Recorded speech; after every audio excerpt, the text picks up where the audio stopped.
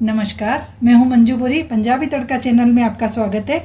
आज हम बनाने जा रहे हैं मूंग दाल कचौड़ी। देखिए, ये मैंने कचौड़ी बनाई है, एकदम क्रिस्पी कुरकुरी। आइए मैं आपको तोड़कर दिखाती हूँ। ये देखिए, ये देखिए कितनी बढ़िया है, कितनी क्रिस्पी है। तो आइए रेसिपी शुरू करते हैं।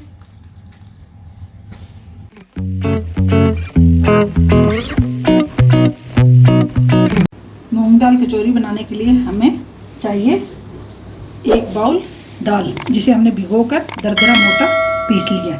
अब हमने इसमें जो मसाले डालने हैं वो मैं आपको दिखाती हूँ। एक कटोरी हमने लिया है इसमें डालने के लिए बेसन।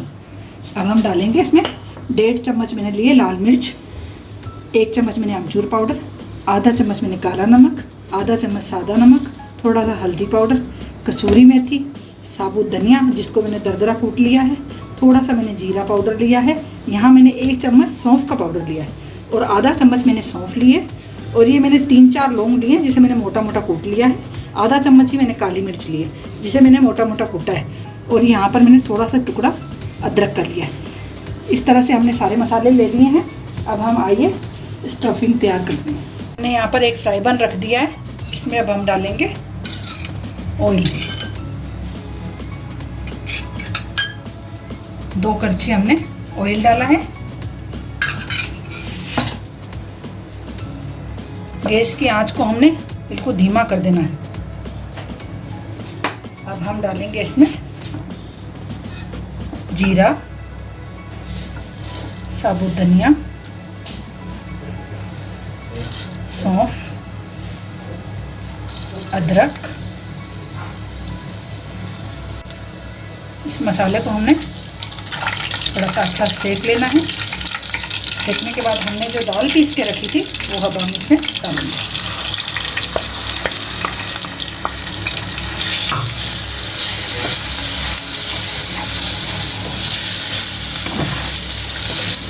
दाल को हल्का सा चलाने के बाद पर जो हमने अपने मसाले लिए थे वो अब हम इसमें नमक,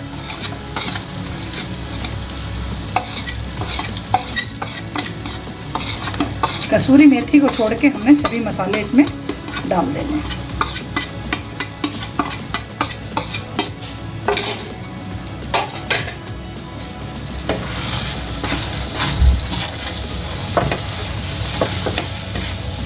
में डालेंगे अपना 1 कटोरी बेसन। इसे भी हमने अच्छे से इसके साथ सेक लेना है। बेसन डालना बहुत ज़रूरी है क्योंकि हमारी बाइंडिंग बेसन से ही होगी, इसलिए बेसन आप ज़रूर डालें। मसाला हमारा अच्छे से सीख गया है। अब हम इसमें डालेंगे हींग, जिसको मैंने पानी में घोल लिया है। अब हम इसके ऊपर इसको डाल देंगे जिससे ये बाइंड भी अच्छे से हो जाएगी और मिल भी जाएगी। अब हम इसे गैस को कर देना है बंद और मसाले को करना है ठंडा। और जो हमने कसूरी मेथी बचा कर रखी हुई थी अब हम इसके ऊपर डाल देंगे। अब इस मसाले को हमने ठंडा करना है जब तक हम कचौड़ी का डो लगाते हैं। हमने डो लगाने के लिए हमने यहाँ पर ½ kg मैदा लिया है।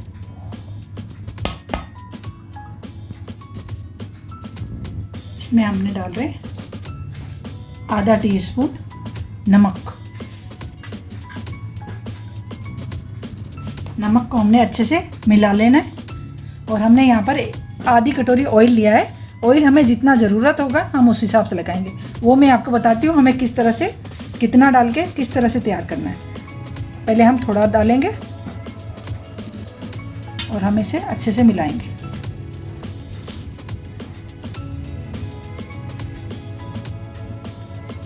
अच्छे से इसलिए मैंने आपको बताया कि ये हमारा जो डो हम लगा रहे हैं इसमें गूंदने के बाद ये लड्डू सा बनना चाहिए इस तरह से। तो इसमें अभी थोड़ा सा मोइन कम है, तो अभी हमने थोड़ा सा मोइन और डालना है इसमें।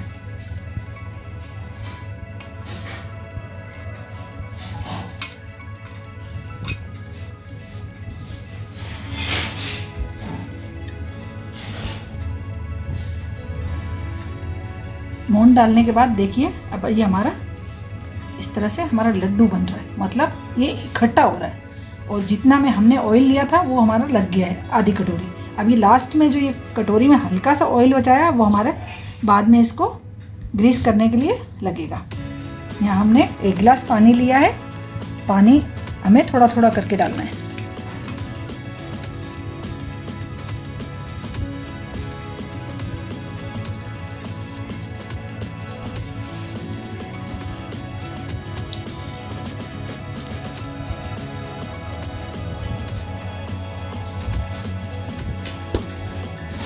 डो हमारा बिल्कुल तैयार है। आटे की तरह हमने लगाना है और इसे हम 5 से 7 मिनट के लिए रेस्ट करने के लिए छोड़ देते हैं। मसाला हमारा ठंडा हो चुका है। अब हमने इसके गोल गोल लड्डू बनाने हैं इस तरह से, जो हमने मसाले के अंदर उसमें कचौड़ी में डालने हैं। इसी साइज़ के सारे हम लड्डू इस तरह से बना लेंगे जो हमने उस मसाले में डालने हैं। छोटी बड़ी जिस साइज़ के आपने बनानी है उस साइज़ के आप बना सकते हैं। जैसे मैंने ये एक बनाया, इसी तरह से मैं आपको दूसरा भी बनाकर बताती हूँ।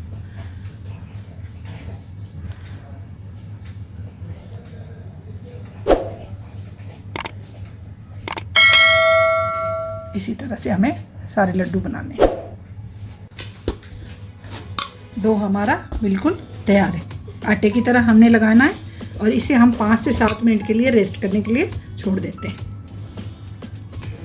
मसाला हमारा ठंडा हो चुका है। अब हमने इसके गोल गोल लड्डू बनाने हैं इस तरह से, जो हमने मसाले के अंदर उसमें कचौड़ी में डालने हैं। इसी साइज़ के सारे हम लड्डू इस तरह से बना लेंगे जो हमने उस मसाले में डालने हैं। छोटी बड़ी जिस साइज़ के आपने बनानी है उस साइज़ के आप बना सकते हैं। जैसे मैंने ये एक बनाया, इसी तरह से मैं आपको दूसरा भी बनाकर बताती हूँ।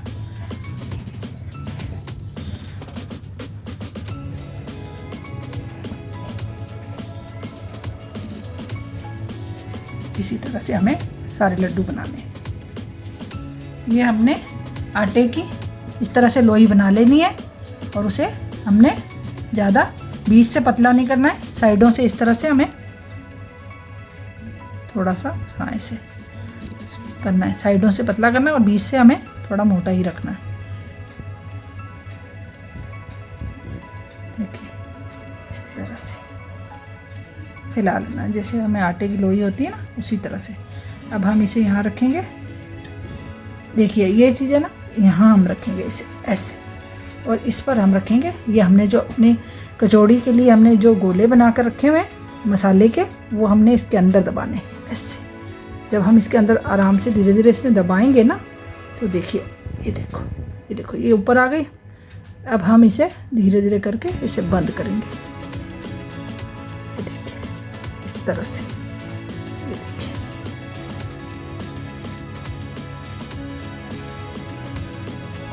अगर आपको ये ज़्यादा लगे तो इसे आप हटा सकते हैं, और नहीं तो इसे ऐसे ऊपर लेके और इसे यूँ गोल घुमा के और इस तरह से इसको बंद कर देंगे, इससे ये खुलेगी नहीं। अब हमें ये जो बीच की ये पोर्शन है ना, इससे हमने इसके बीच में दबाना है ऐसे।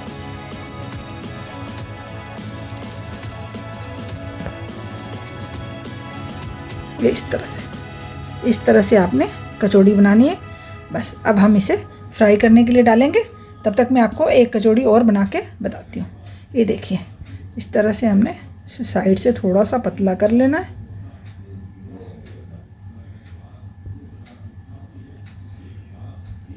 ये देखिए इसको फिर हमने यहाँ रखा और इसके बीच में हमने इसको यूँ करके डाल दिया। धीरे धीरे करके हम इसे इसके अंदर डाल देंगे।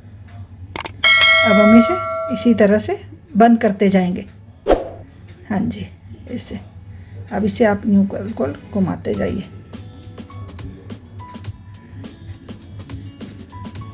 गोल घुमाने के बाद इसको फोल्ड कर देना है। फोल्ड करने के बाद इसी हथेली की सहायता से हमने फिर इसे दबाना है और इसे कचौड़ी का शेप दे देना है। ज़्यादा तेज़ नहीं दबाना है, नहीं तो हमारी कचौड़ी फूलेगी नहीं। हल्के हाथों से दबाना है।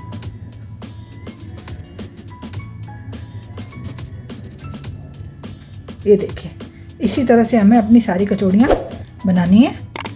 आइए फ्राई करते हैं इसे। ऑयल हमारा गर्म हो चुका है। हमें ऑयल ज़्यादा गर्म नहीं करना है, लो टू मीडियम करके उसमें हमने अपनी कचौड़ियों को छोड़ना है। और धीमी धीमी आंच पर हमें इसे पकाना है।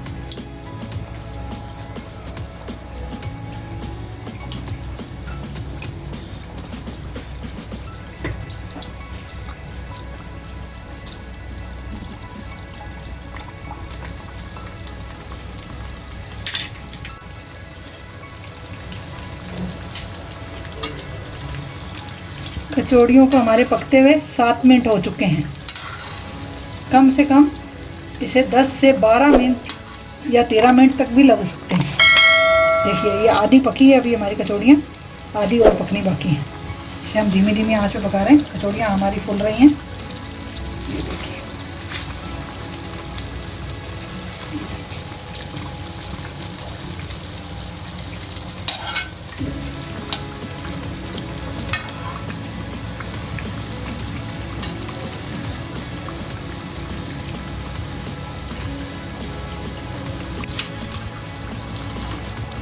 कचौड़ियाँ हमारी अच्छे से देखिए पिंक कलर की हो चुकी है और इतनी फुली फुली है और अच्छे से फ्राई हो चुकी है। अब हमें इसे अच्छे से तेल को निचोड़ करके और इन कचौड़ियों को हमें निकालना है।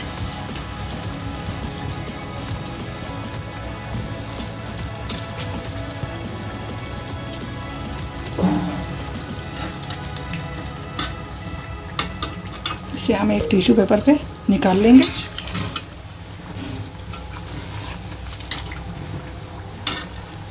हमारी कचौड़ियों को पकने में कम से कम 12 से 13 मिनट लग चुके हैं।